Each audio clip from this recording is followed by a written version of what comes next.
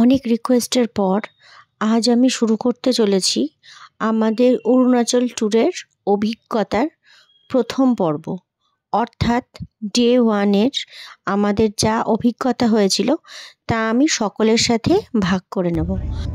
অনেক যুদ্ধের পর আমরা অবশেষে পৌঁছে গিয়েছিলাম হাওড়া স্টেশন, আর সেখান থেকে 4:05 ট্রেন ধরে, সরাইঘাট ট্রেন ধরে আমরা গৌহাটির দিকে রওনা হয়েছিলাম।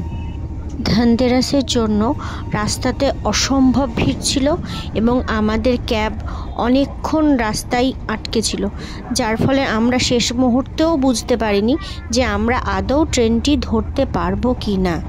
কিন্তু ওই যে কথাই বলে না, যদি ভাগ্যে থাকে তাহলে সেটাকে কেউ খণ্ডাতে পারবে না। তো ঠিক সেই রকমই আমাদেরও ভাগ্যে ছিল এই অরুণাচল ট্যুরে যাওয়া, সেই জন্যই আমরা ট্রেনটা মিস করিনি।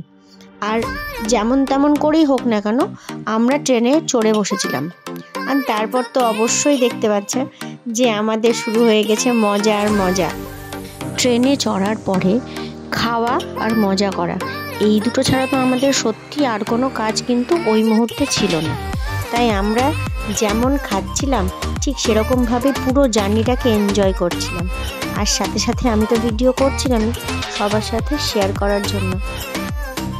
যদিও সরাইঘাট ট্রেন একদমই লেট করে না এবং আমার পূর্ব অভিজ্ঞতা তাই বলে, কিন্তু সেদিন ট্রেন অনেকক্ষণ লেট করেছিল আর একদম মাঝরাতে মালদাতে পৌঁছেছিল। সেজন্য ওই দিন আমার বাড়ি থেকে কেউ দেখা করতে আসতে পারেনি আমার সাথে। মায়ের খুব ইচ্ছে ছিল আমার সাথে দেখা করতে আসার, কিন্তু আমি শেষ পর্যন্ত না করে দিই, যেহেতু অনেক রাত হয়ে গিয়েছিল। আমার আর কি, ট্রেনটা স্টেশনে থামতেই সাথে সাথে আমি মালদা স্টেশনে নেমে পড়ি এবং ঘোরাঘুরি করতে থাকি।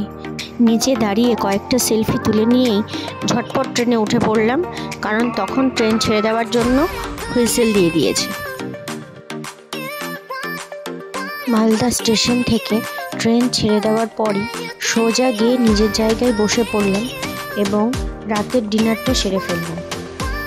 ডিনার সেরেই চলে গেলাম ঘুমের দেশে। ব্যাস, আর কি, পরের ভিডিও আসছে খুব শিগগিরই।